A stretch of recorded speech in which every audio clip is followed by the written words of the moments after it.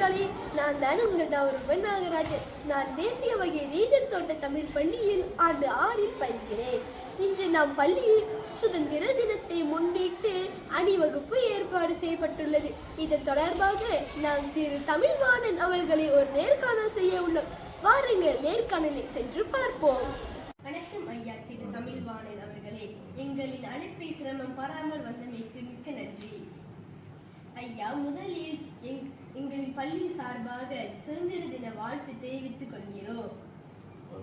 ஐயா, நாம் பள்ளியில் சுதந்திர தினத்தை முன்னிட்டு பள்ளியில் அணிவகுப்பு ஏற்பாடு செய்யப்பட்டுள்ளது. அதை பற்றி நீங்கள் என்ன நினைக்கிறீர்கள் ஐயா? உண்மையிலேயே பெருமைப்படக்கூடிய ஒரு விஷயம் இது. இந்த பள்ளி ஏற்பாடு செய்தது ஒரு முன்னுதாரணமாக இருக்கிறது. பார்க்கும்போதே ரொம்ப மகிழ்ச்சியாகவும் சந்தோஷமாக இருக்கின்றது. இந்த நிகழ்ச்சியானது எங்களை இந்த பழைய இடத்துக்கு கொண்டு போய் அந்த நிகழ்வுகளை மறுபடியும் எங்களை உணர வைக்கிறது. உண்மையிலேயே சந்தோஷப்பட வேண்டிய விஷயம். சிறப்பாக நடைபெற்றது. பிள்ளைகளுடைய அந்த ஆர்வம், ஊக்கம் எல்லாமே ரொம்ப நிகழ்ச்சியை கொடுத்தது. ஆகவே அது ரொம்ப சிறப்பாக இருந்ததை கூறிக்கொள்ள ஆசைப்படுகிறேன். மிக்க நன்றி ஐயா. ஐயா, நீங்கள் எங்களை போல் சிறு குழந்தையாக இருக்கும்போது நடந்த சுதந்திர தின கொண்டாட்டத்திற்கும் இப்பொழுது நவீன காலத்தில் உள்ள சுதந்திர தின கொண்டாட்டத்திற்கும் உள்ள வேறுபாட்டினை உங்களால் கூற முடியுமா? கண்டிப்பாக கூறலாம். ஏன்னா அப்பொழுது வந்துட்டு நாட்டோட நிலைமை மேன்மை இன்னும் அடையலை. இருந்தாலும் அந்த நாட்டு பற்றானது ஒவ்வொரு குழந்தையையும் அது உணர வைத்து சிறப்பாக செய்யணும், அந்த நாட்டுப்பற்று இருக்கணும்னு சொல்லிட்டு அதை செய்து சிறப்பாக கொண்டு வந்தாங்க. இப்பொழுது வந்துட்டு நவீனமயமாகிவிட்டது. நாடு நல்ல முன்னேற்றம் அடைந்து விட்டது. பிள்ளைகளும் அதை தகுந்தாற் போல வந்துக்கிட்டு இருக்காங்க. குறிப்பாக எல்லா நிகழ்வுகளையும் தொலைபேசியிலே கண்டுடலாம். எது வேணுமாலும் கூகுளில் தட்டுனா தெரியுது எல்லாம். அப்போ அந்த நவீனத்தின் அடிப்படையில் முன்பு இருந்ததுக்கு இப்போ இருக்கிறதுக்கும் மிக வேறுபாடாக தான் இருக்கிறது. இருப்பினும் அந்த சந்தோஷமும் எங்களுக்கு ஒரு பெரிய சந்தோஷம்தான். ஏன்னா நாடு சுதந்திரம் அடைந்து அந்த கொடிகளை ஏறி போகும்போது நிச்சயமாக ஒரு மகிழ்ச்சியாகவும் சந்தோஷத்தையும் நாட்டு பற்றியும் உணர்த்தக்கூடிய ஒன்றாக இருக்கும் என்பதில் ஐயன். மிக்க நன்றி ஐயா, உங்களின் கருத்தை தெரிவித்துக் கொண்டதற்கு.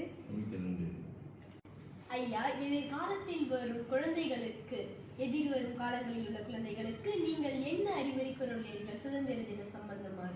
சுதந்திர சம்பந்தமாக ஒவ்வொரு குழந்தையும் பிறந்தவுடன் அது இந்த நாட்டுடைய வளர்ச்சியை கண்டு அதன்படி அந்த நாட்டுக்கு என்ன செய்ய வேண்டும் என்று அவர்கள் உணர்ந்து, நாம் அதுக்கு முன்னோடியாக இருக்கிறவங்க அதே போல் அவங்களும் அதை தொடர்ந்து அதை செய்து கொண்டு நாட்டுப்பற்றை மிக சந்தோஷத்துடன் கொண்டாடி நாட்டு தனி மனிதன் முன்னேற்றம், சமுதாய முன்னேற்றம் சொல்லுவாங்க. அப்போ ஒவ்வொரு மனிதனும் அந்த நாட்டுப்பற்றோடு செய்தாங்க.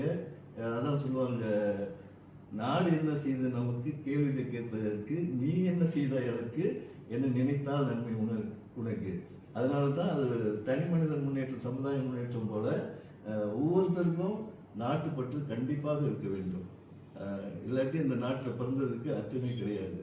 ஆகவே எந்த வகையிலும் நாட்டை ஒரு நல்ல நிலைக்கு, உன்னத நிலைக்கு கொண்டு போக எல்லா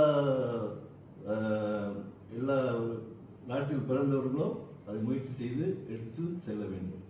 அதுதான் என்னுடைய அவா. நன்றி ஐயா. நன்றி ஐயா, நாம் நேர்காணல் முடிவுக்கு வந்துவிட்டது.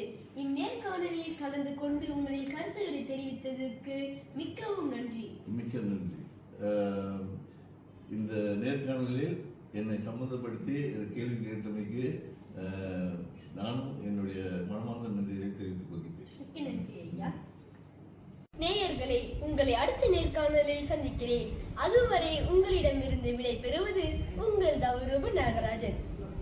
நேயர்களே, இந்த காணொலியை பார்த்த பிறகு இந்த காணொலியை லைக் பண்ணுங்க, ஷேர் பண்ணுங்க, கமெண்ட் பண்ணுங்க. மறக்காம டிவிபிஎஸ்எஸ் ரீஜனை சப்ஸ்கிரைப் பண்ணுங்க.